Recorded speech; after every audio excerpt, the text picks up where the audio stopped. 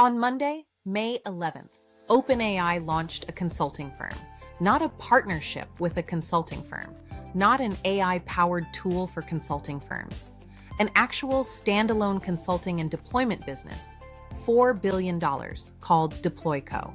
And it wasn't just OpenAI. Anthropic did almost the same thing days earlier, a separate $1.5 billion entity backed by Blackstone, Hellman and Friedman, and Goldman Sachs. Same target, same playbook, embedded engineers, workflow redesign, agent deployment. Yahoo Finance summed it up. They are now becoming the consultants. This should make every boutique founder sit up a little straighter.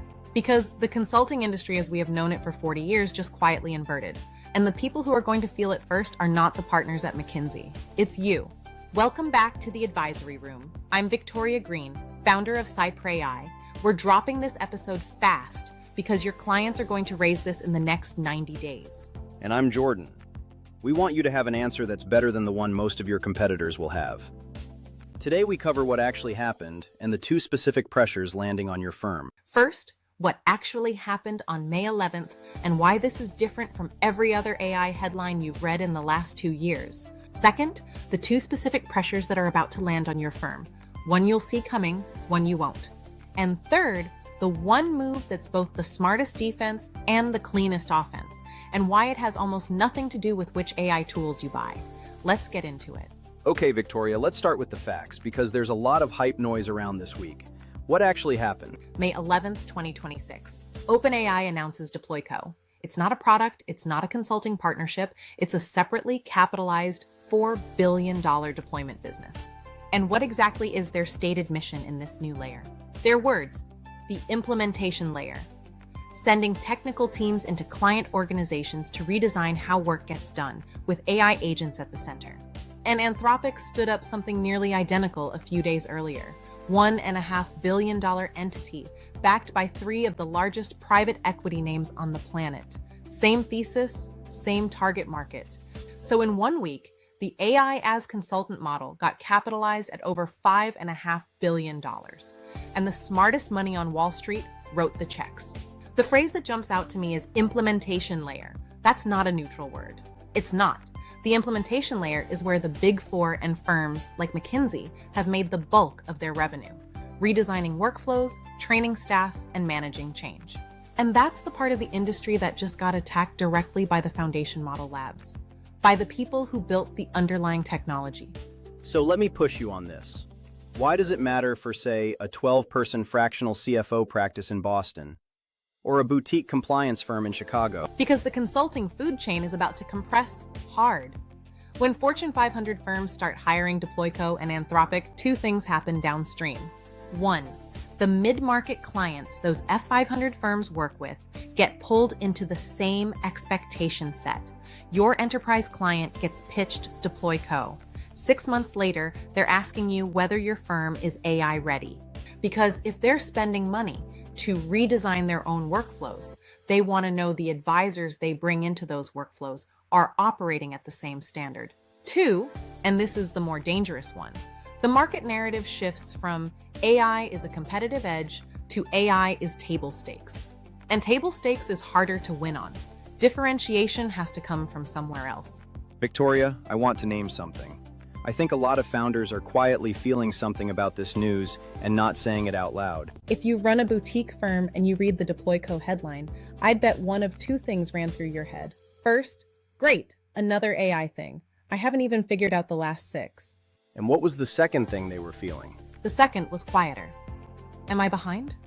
Are my clients going to start asking me questions I can't answer? Do I look slow?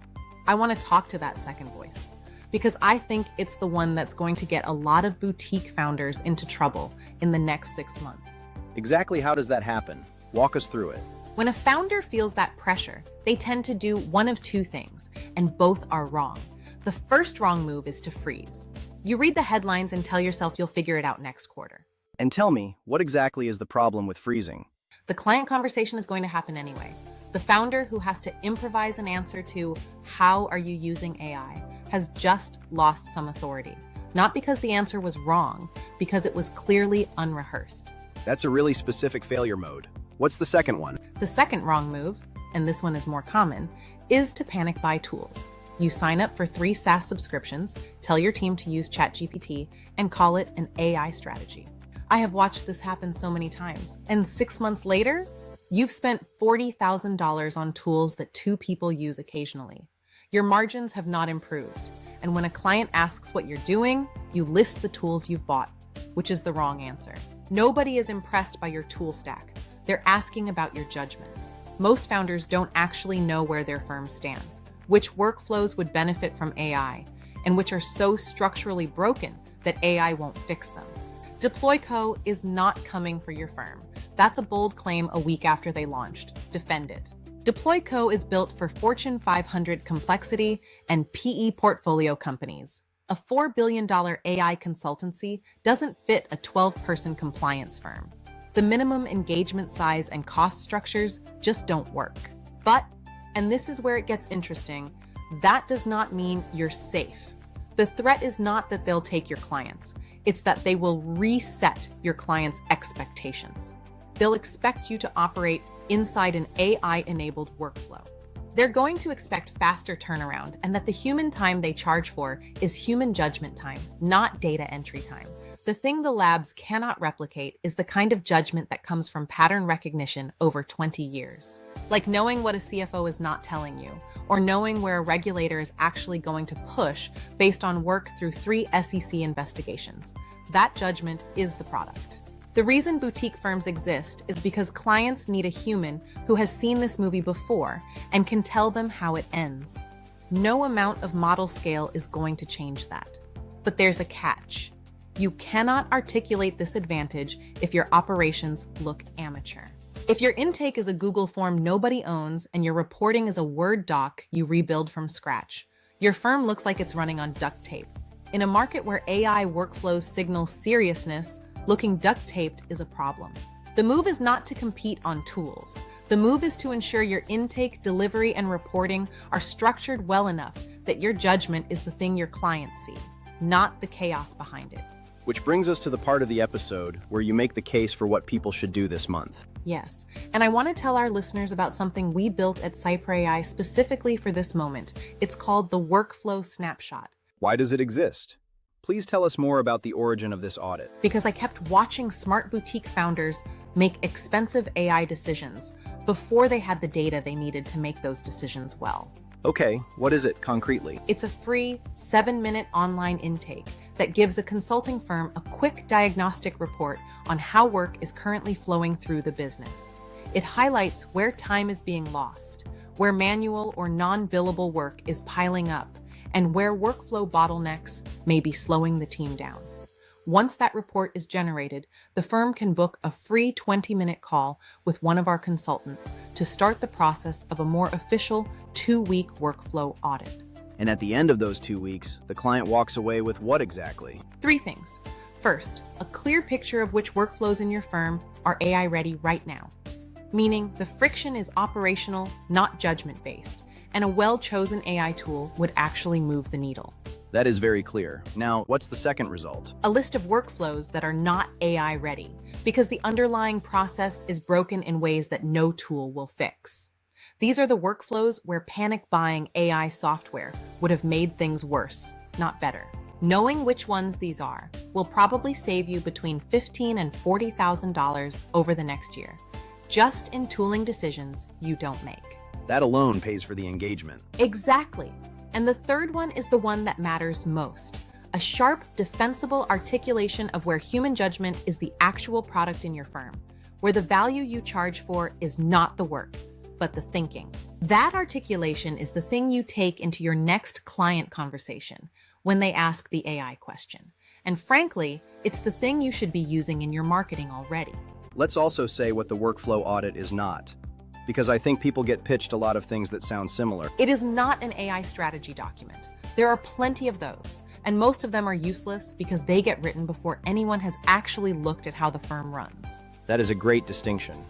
And I assume it is not a sales pitch for tools either? We don't sell tools. We don't take referral fees from tool vendors. If the audit reveals that you don't need AI in a particular workflow, we will tell you so. That recommendation has saved several of our clients real money.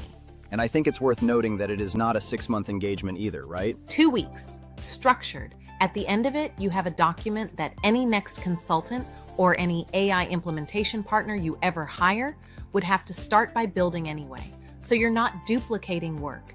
You're doing the work that should always come first. So here's what I'd like our listeners to do right now. Go ahead, tell them how they can start. If you're a boutique founder, compliance, HR, financial advisory, regulatory, fractional, and what we've described in this episode is sitting somewhere between interesting and uncomfortably accurate, go to scipride.com/audit. That sounds very straightforward. How long does the form actually take to complete? About 4 minutes. It asks a few questions about your firm, team size, client mix, where you think the operational friction sits today. And once that form is submitted, who actually reviews the information? I personally review every submission. If it looks like a fit, we'll book a 30-minute conversation in the following week to talk about whether the workflow audit makes sense for you right now. That's a high level of touch. And if it turns out it's not a fit? I will tell you that. If your firm isn't ready, or the timing is off, or what you actually need is something else, I'd rather have one good conversation than 10 polite ones. For the founders listening who get pitched 100 things a week, is there a faster way in? Reply to the email this episode landed in with the word audit and a one-line description of your firm. We'll take it from there. Perfect. Close us out. One thought. The week that OpenAI and Anthropic became consulting firms is not the week the boutique advisor lost. It is the week the boutique advisor's positioning got sharper. Because for the first time, the market has a clear billion-dollar funded picture of what AI as consultant looks like. And when your clients see that picture, the question they are going to ask themselves is, do I want a consultant who is built like a Fortune 500 deployment vehicle? Or do I want someone who has sat where I'm sitting and can tell them what to do? The answer to that question is the reason your firm exists. Make sure your operations are clean enough that your clients can actually see it. We'll see you in the next episode.